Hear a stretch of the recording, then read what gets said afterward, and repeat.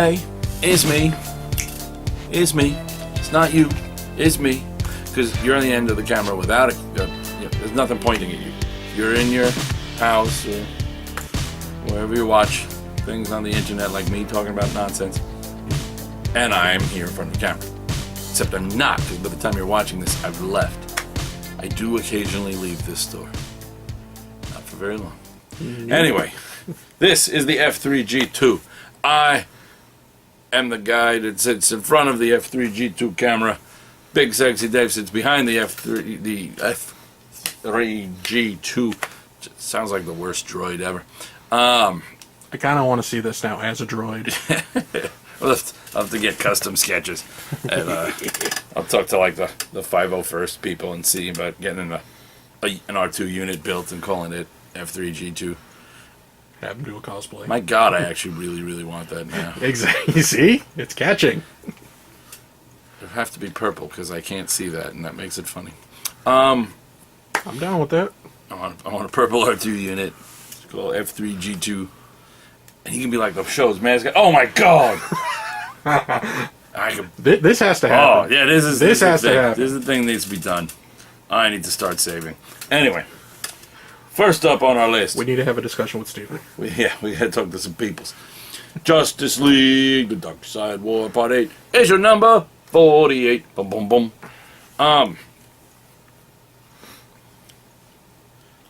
Ultraman has a bad day. Powering is really powering because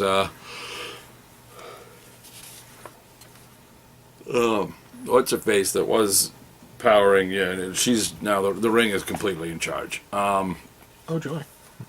Ultraman snorts some kryptonite, feels badass, refuses help from Superman, and there's a reason why. Not only is good, good always triumphs over evil, but evil will always triumph over smarter evil, calculating evil, will always triumph over vanity evil. Because if you're fighting Mobius turned Anti-Monitor, and you decide you don't need help from Superman, and you push him away to take this guy on by yourself, you get your own mini private version of that white effect that erases realities in DC crises. You get your own personal one of those. Fun. That's why you need just take help. Just take it. Even when you go out crying like a bitch, you go, help me. So that's a rough day.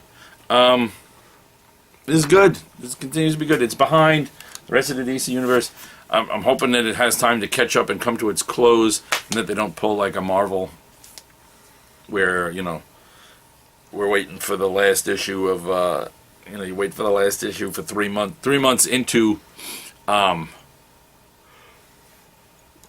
relaunch. Yeah, what did Marvel just call its relaunch? Was it the Marvel Now? Yeah, it's like Marvel even more now. Marvel Immediate. Because DC it's going to be it's DCU. Yeah, but the new thing after, what was the series just called? After Secret Wars, they went to whatever's post Secret Wars, and the all new, all different, I think is what they're going with. And you had to wait for you had 3 months after Secret Wars before you got to see the end of Secret Wars. So I'd like to think that with DC's rebirth, we can get this before everything's reborn. Justice League 3001. Still no sign of Ted or Booster, but I keep reading it. These characters kind of cool, but I really want Ted and Booster. Ta-da.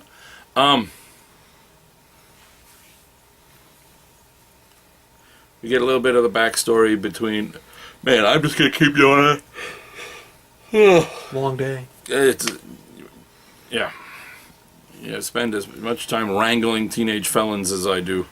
Takes a lot out of you, and then you finally sit down for a second to talk about comics to a camera, and suddenly your body's like, oh, we're sitting? Coma. This is a comic book the good. That's my review. I'm surprised we haven't had an episode. I like the that yet. concepts. I like what I gotta tell you. Finding out that this isn't on the list of. They've done so many events and so many things and so many changes and so many relaunches. And by they, I don't mean DC. I mean like DC and Marvel. The industry mostly. as a whole. The industry as a whole, but those two, like blah, blah, blah, blah, blah. That at this point, when it's like, hey, we're doing another big game changer. Here's a list of titles. The couple of books you're reading now aren't going to survive the game changer. It kind of takes a lot of the.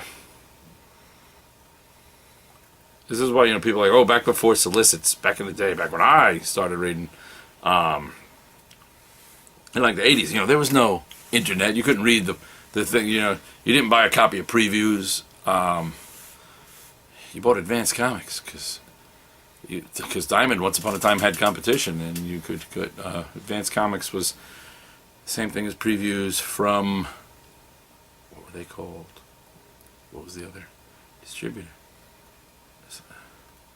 Advanced Comics, because there was Diamond and there was, for a brief time, there's Heroes World, but that wasn't it. It was, I'm not going to remember. But regardless, you didn't read any of that. You got, all you knew was what was in the little next blurb at the end of the Was book. it the company that did your rack? No, that's just a TSR shelf. Huh. It was, oh, it'll come to me at one point. I want to say something with comics, but it's gonna make me crazy. But you didn't know any of this stuff. So when they came to a big, oh, this has ended, you found that out with that issue or next issue, the conclusion. You didn't have oh, I'm buying 5 more of these on a road to nowhere. So. A little anticlimactic. Yeah, The Astonishing Ant-Man. This continues to be... Nothing like yawning while you're about to say this continues to be one of the most fun books. But this book is... Kind of undermines it a little bit. Yeah. I'm exhausted. Don't teach felons. Don't teach high school felons. That's my life advice. Good advice. It's rather specific advice, and no one's there to really think of it. It's not something parents pass down to the generations, so no one was there to tell me, you know what, son? Someday, you may have a handful of English degrees and an art degree. You may be thinking to yourself, what does one do with an associate's in fine arts, a bachelor's in English lit specifying in J.R.R. Tolkien, and a master's degree in secondary education, English literature? Well, you teach high school-aged felons. If that job offer comes along, son, just say no. Just say no. Become a Publix bagger, but don't do that. No one was there to give me that advice, so now I yawn while reviewing comic books because... Tired. Yeah, because high school felons are exhausting. Anyway, enough about me. More about Ant-Man. Ant-Man is training the new Giant Man. Ant-Man is kind of a schnozzle. Schnozzle is a word I learned to use after calling too many people douche nozzles and realizing that when you're in a classroom full of high school kids, you need to edit yourself. So I dropped off the do part of douche, and I just call people schnozzles, and no one knows what I'm talking about. It's also good in the car when your 10-year-old is behind you and someone cuts you off, and you can just go, what a schnozzle. She giggles because it's a funny word. Most people assume it has something to do with noses. They have no idea Both our dumbasses are laughing. that I'm calling them douche nozzles. But anyway, Ant-Man is kind of a schnozzle. But really, there are 2 things that need to be sung about this book. One is, as we know, I'm not always the biggest fan of Nick Spencer. He's been doing great on this. Also, I don't know who Ramon Rosanas is, but this book is beautiful. Like, he falls into that kind of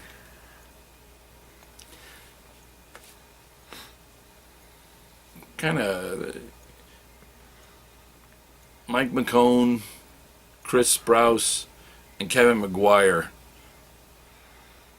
if you merged their DNA, if you could separate the talent strand of DNA, I teach English, not science. I can say that's a thing. If you,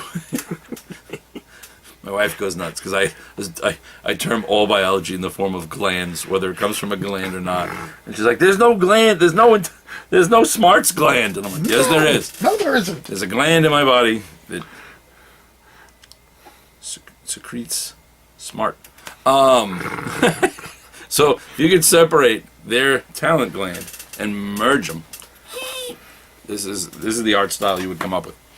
Interesting. Teen Titans.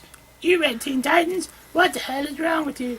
Well, a lot of things, but this book was better because of two things. One, Ian Churchill, because Rockefeller is a great artist. I didn't like him. His style wasn't perfect for Titans. It just, especially these designs, it made it look a little too I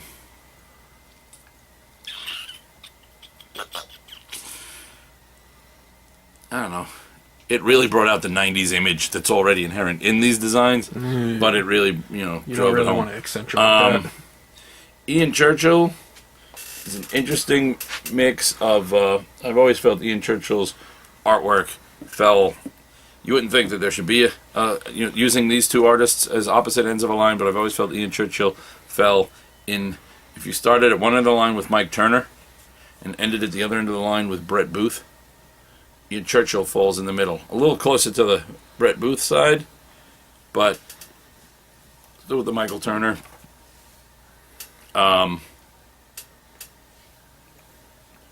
Mostly in the, everybody has that sort of stretched look, like, Michael Turner always kind of added three vertebrae into everybody's spine. Everybody's a little longer, which, is a cool look. It's not a critique. That's just everybody always looked longer when he drew them. And that, in my head needs to justify why things are the way they are, or I can't survive. I'm one of those people. In order to suspend my disbelief, I first have to give myself a reason to believe what I'm believing. So, in my head, Michael Turner people always had 2 or 3 extra vertebrae. Complications. Just explained it. Ian Churchill gives like 1 or 2 extra vertebrae. They're not as stretched. But as that overall Brett Booth feel. Anywho, I like Ian Churchill. And Greg Pak wrote it, so they're exploring Wonder Girl, who it turns out they're going to try and bring her father back. He's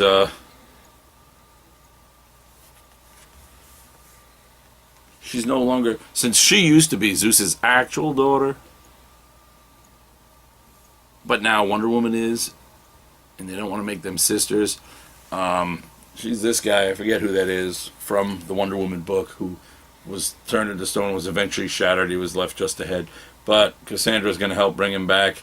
And this makes her a granddaughter of Zeus, because that was one of Zeus's demigod sons. So technically this means that Cousins? no, I guess that makes her and Wonder Woman's like her aunt, I suppose. Yeah, that sounds right. Yeah, because all new Inhumans. I love this book. Gets a bit political, in a comic booky way. Gets as political as gets that comic book. If comic book politics is to comic book science, based loosely on reality but tweaked for fictional reasons. Some interesting turns, great art. It is baffling to me that and Gorgon stands up. Oh, Gorgon, he's kind of pudgy. Gorgon stands up because his wheelchair is a transformer. I love this book. Love this book. Superman by somebody Yang.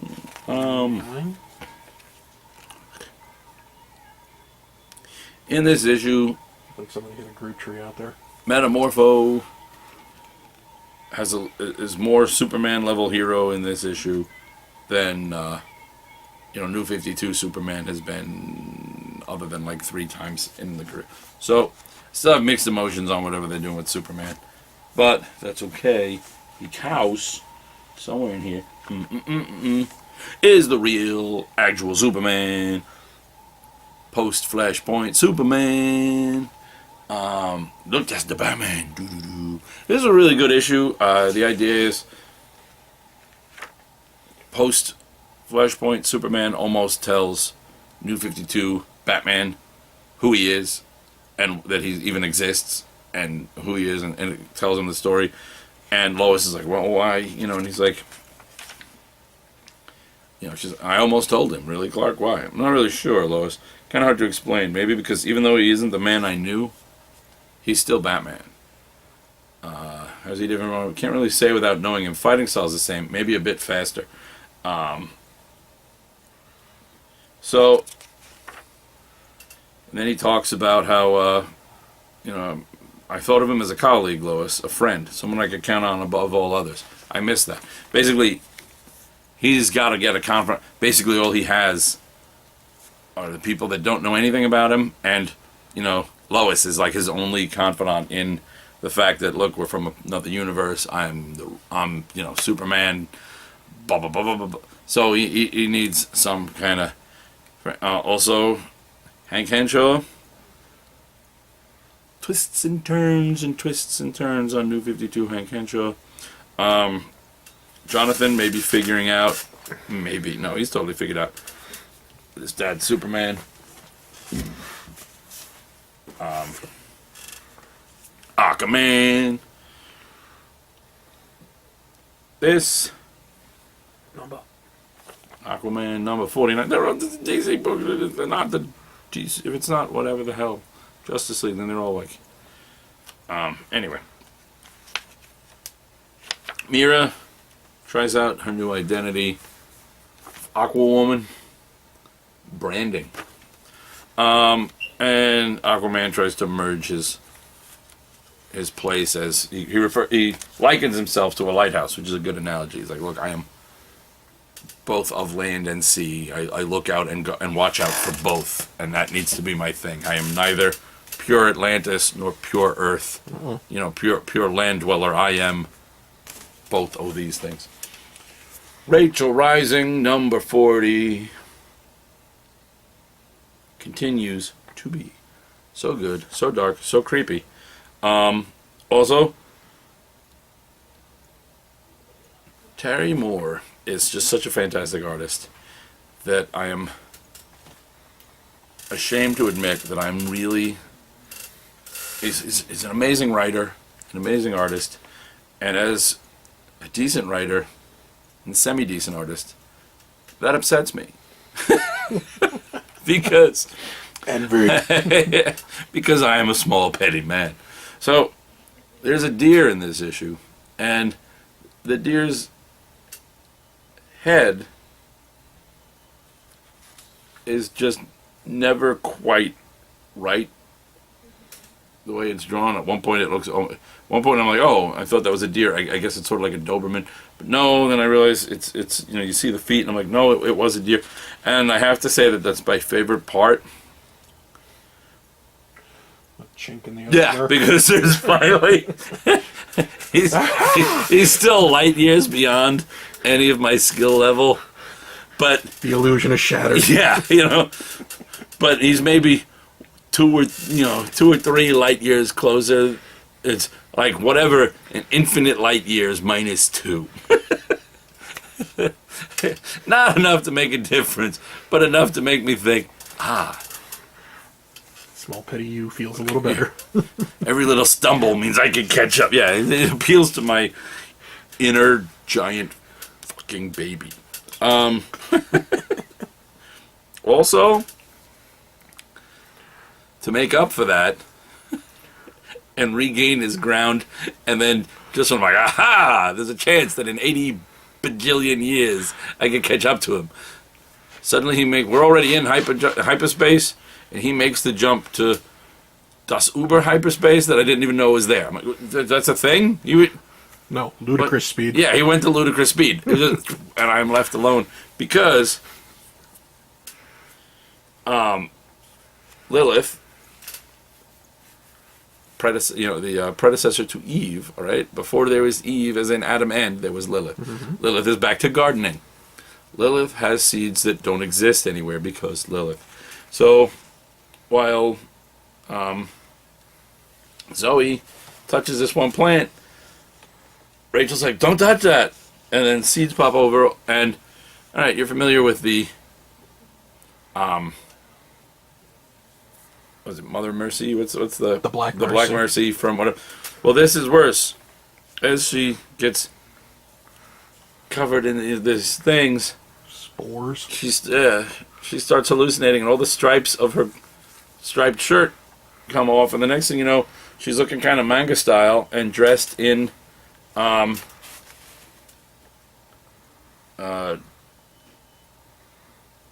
like a sailor suit.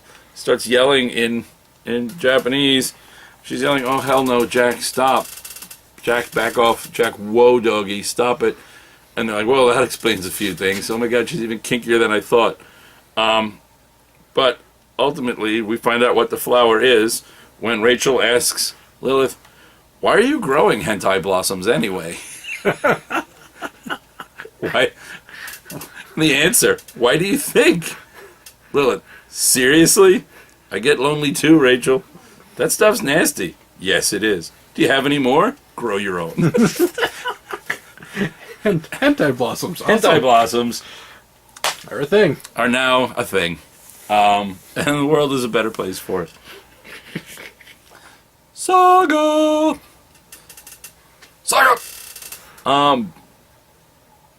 Number.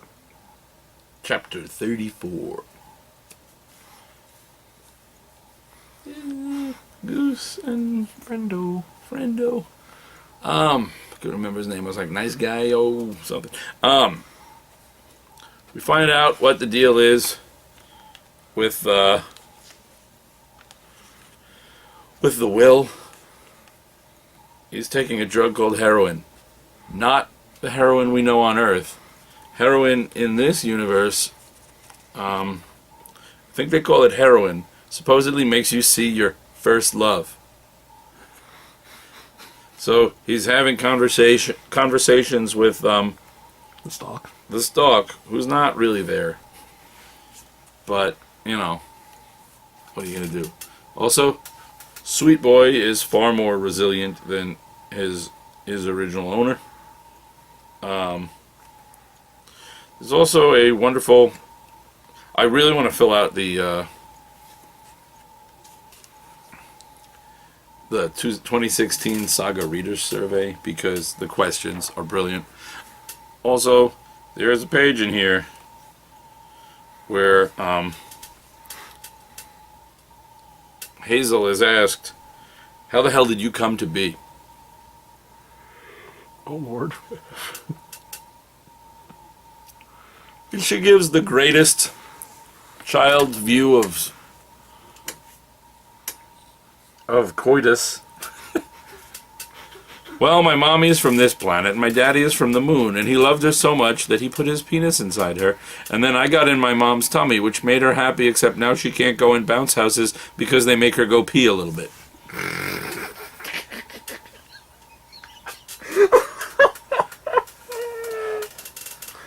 That's spectacular. I read that to my wife, and she said, sounds reasonable. We are Robin. The Robins come together right now. In Gotham. Meanwhile, Smiley forms his Joker's gang, and hopefully they don't all get crowbars, because shit's going to get real. Also, there's a guy running around like a new vigilante in the town.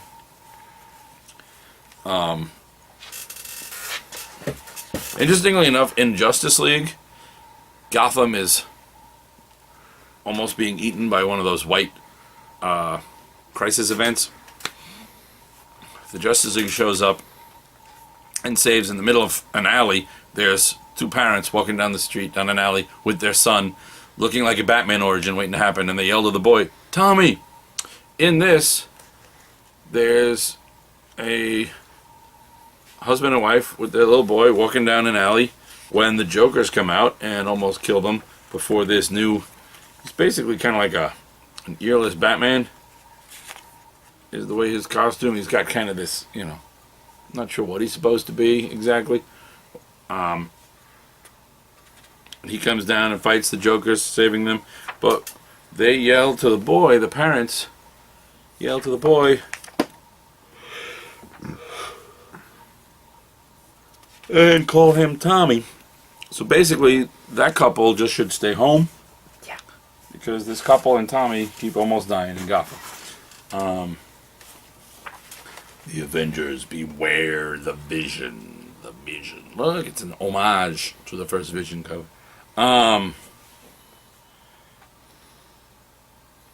This is all new, all different Avengers, number 6. It's Mark Waid. It's an Avengers book. Still a motionless Vision.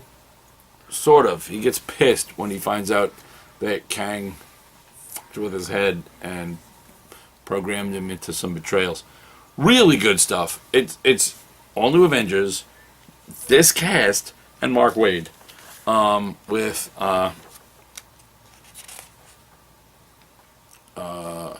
Muhammad Asrar's artwork. It's beautiful. It's beautifully written. It's beautifully drawn. It's beautifully conceived. It's beautifully Beautiful? It's beautifully beautiful. It's a great book. All new X-Men. Blob wants to eat endangered weird species, kind of mutant things.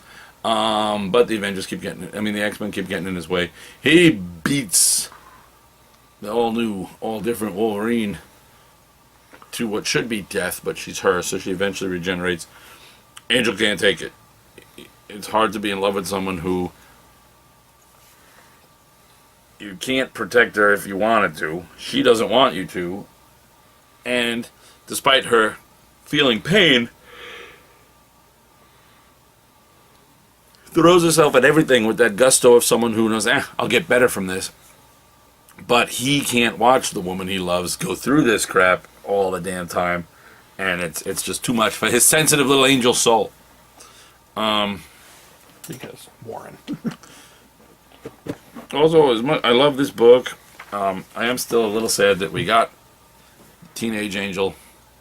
But now, whatever happened in X-Men, where regular Angel is Archangel again, and mindless, like you do. He's got his. I went through the Black Vortex or whatever it was called in the Guardians of the Galaxy crossover. So now young Angel's got his energy wings. I just want a feather-winged angel. We had one for like 10 minutes. Why can't we just keep that? Why is that not cool enough, comic book world? Black Magic, number 5. Greg Rucka, Nicholas Scott. Why am I reviewing this? It's Greg Rucka and Nicholas Scott on a book about a badass witch cop. What else do you need? It's beautiful. It's done predominantly black and white, but with just enough like color, like the kind of Schindler's List it, where what little color they use is always there for emphasis. And it's so good. It's so good. Blood Feud makes me sad because Cullen Bunn is mean sometimes to his characters. And I liked them. And for some reason, look, the ad is upside down. I'm not sure if that was on purpose. Yeah, that's weird. But you can go, wow, Blood Feud. Wow, Blood Feud. But it's... The Stubbs and Watley clans have been at each other's throats for as long as anyone can remember. The Stubbs are a rowdy, troublemaking bunch, but the Watleys, folks speak of the Watleys in hushed whispers.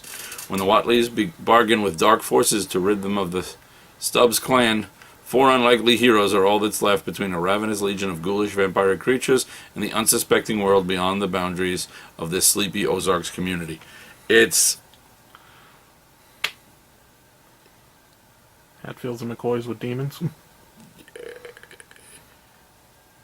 It's the vampire apocalypse instead of the zombie apocalypse, but really it's you like Daryl Dixon in the undead apocalypse because stick with the redneck. Fuck the redneck. These are just hillbillies versus the army of darkness. Is really the only way to put it. So good. Ghostbusters International. When in Rome, do as the Romans do. When in Venice, try not to sink the place when you're fighting ghosts.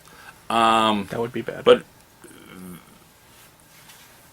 Italy is so filled with ghosts that their little scanners are useless because there's so many benign spirits they can't get a reading on where any one spirit is. So when also great little throwback, while doing some research, Egon stays back in America. He goes to the library. And look, there's the New York Public Library, lions and all. But that's not even in the background of the bottom panel to that page. I'm not sure if we're supposed to recognize him, but I'm not sure if he's supposed to be is that absolutely necessary? The guy that Venkman barks back off, man, I'm a scientist. But look who's still stacking books and putting them away. Of course she is. There she is. There, there's the lady who got scared by the first ghost. Just putting away books like she was back in the day.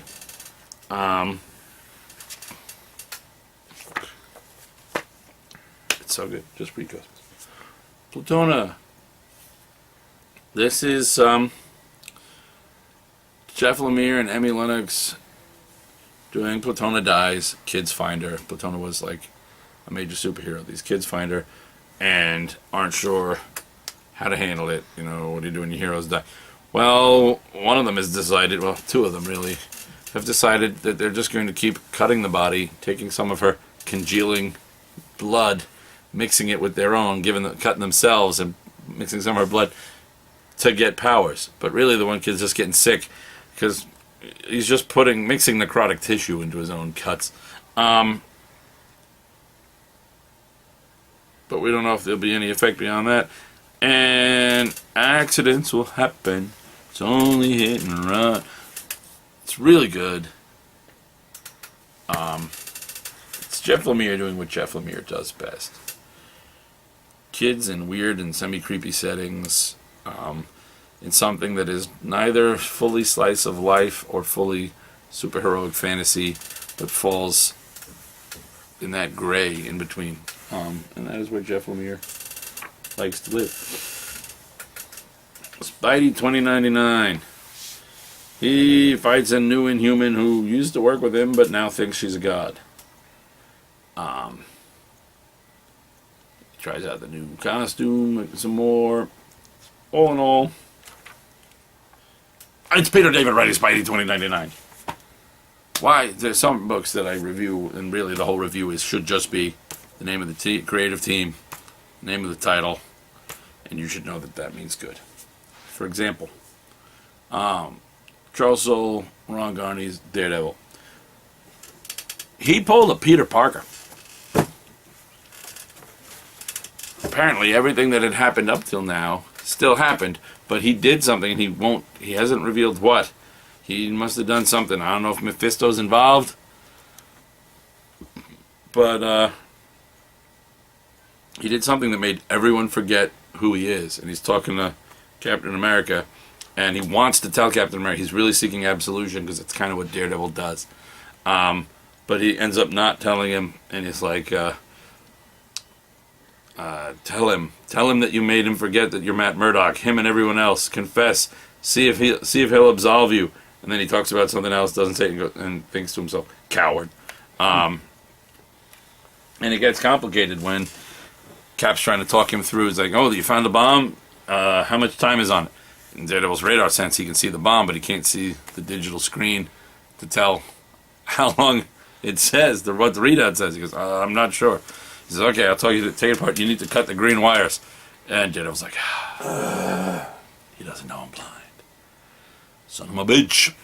So, Strayer number 2.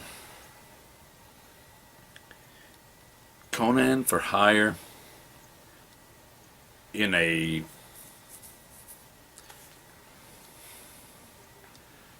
Mad Max with a dash of magic type post-apocalyptic world. Justin Jordan and Juan Gideon. This book is so much fun, so good. This is issue 2. We're introduced to some of our bad guys who are, they thought the girl who came to our hero here and kind of drafted him into this hunt to save the world. She has some kind of magic, but it turns out that she should be extinct because the bad guys wiped them out, all of them. An Archimancer has been found.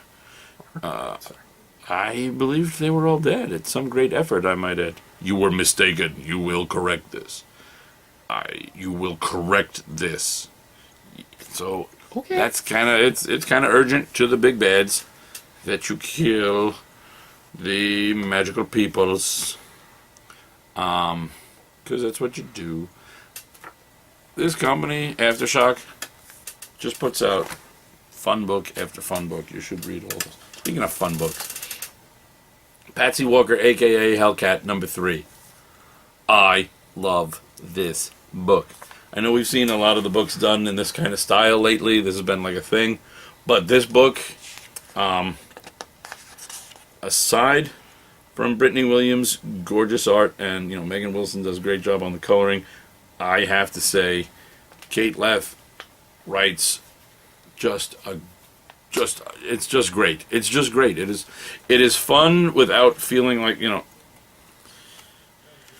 sometimes they make these kind of shifts. I mean, maybe it's simply because Patsy Walker was last seen as a backup character in Charles Soule's She-Hulk. She was supporting cast.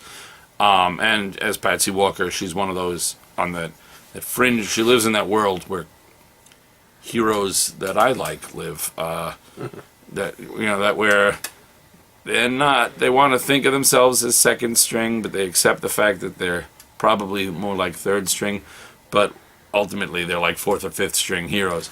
And just barely relevant. if one of your big claims to fame was, I used to be married to Damien Hellstrom, the son of Satan, then that pushes you back a few notches of obscurity. You're not, I was on the Defenders. That's like, it's like the minor leagues where if you play well, you get drafted up to be an Avenger. Or the opposite, where, you just haven't been bringing your A game. We're going to bump you down to, you're going to be a team captain over at the Defenders.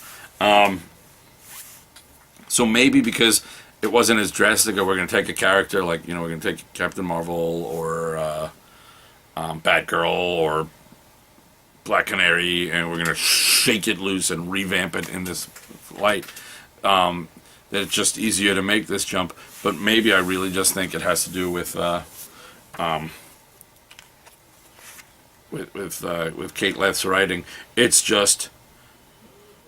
great. It's fun without feeling like you're sacrificing anything. It's like, oh, do we make a book fun or do we make a book gritty, or can we make a book that's both serious and fun? And it really is, and the art is just gorgeous, and it's just a lot of fun. Should get serious in Mythic number something. Number 7. There we go. Should get serious in Mythic 7, where basically, we had a character that was already a cool concept. She's a ghost because she didn't get to pass on because she was a scientist and an atheist. She didn't believe in an afterlife, so she couldn't go to one. She stayed on Earth as a ghost because she really was just too stubborn, too willful to just dissipate, but too stubbornly atheistic to go to any reward or punishment. Kind of reminds me of Ashley.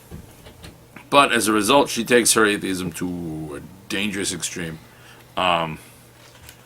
Forget religious fanatics. Turns out, in a world where, powers and myths can come to life, you can take the lack of religion to just as far an extreme, if not further, than actual religions. Really? So she has now entered into this robot body and is trying to bring...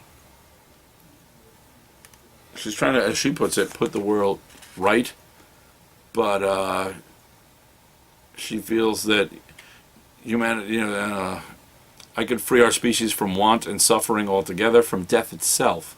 And that's what all this bullshit spins out of, isn't it? Fear of death. That's why we dream up gods, cling to debilitating faiths, destroy each other. So she's on one of those quests to save the world, even if she has to kill everyone to do it. You know how it is.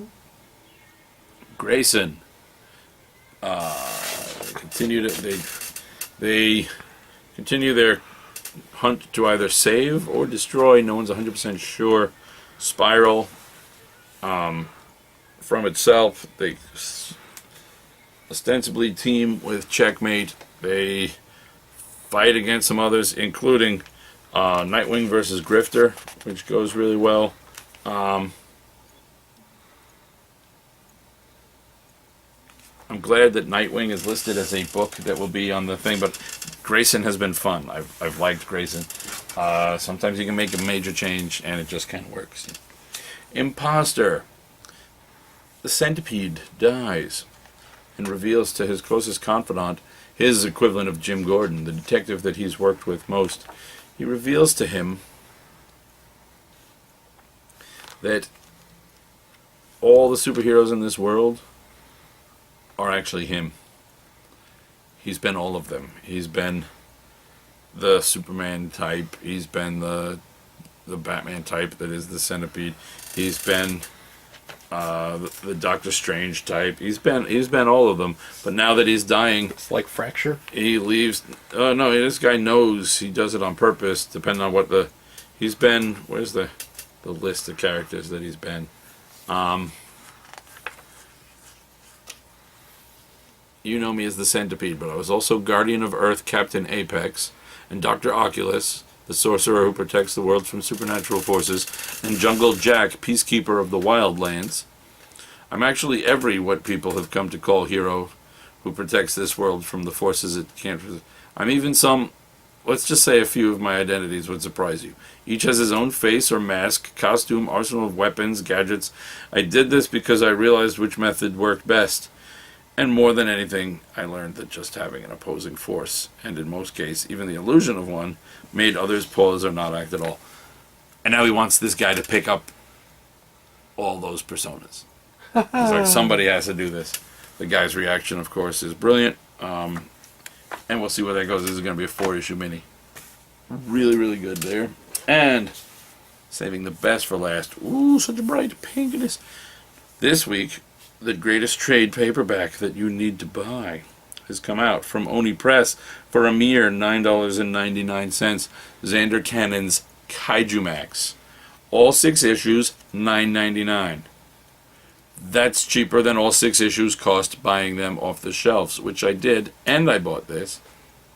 Because this is easier to find on a shelf than going through the horrible way I keep my comics.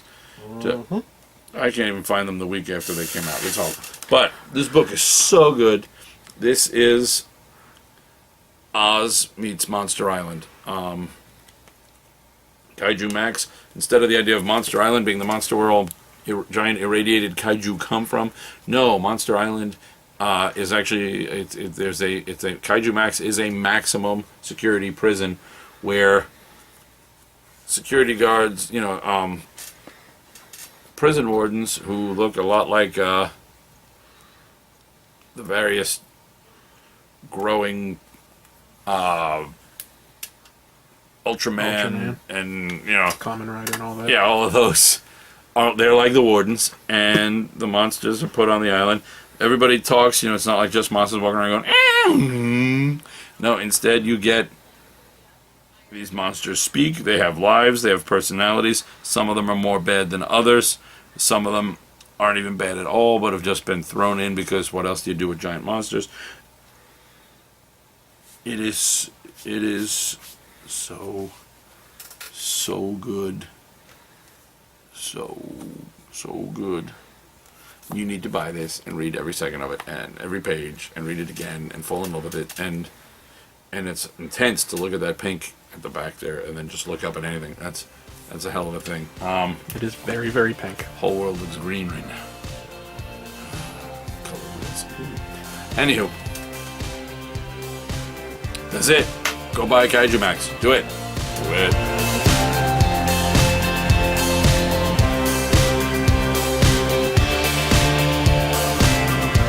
Thanks for watching another video from Gonna Geek.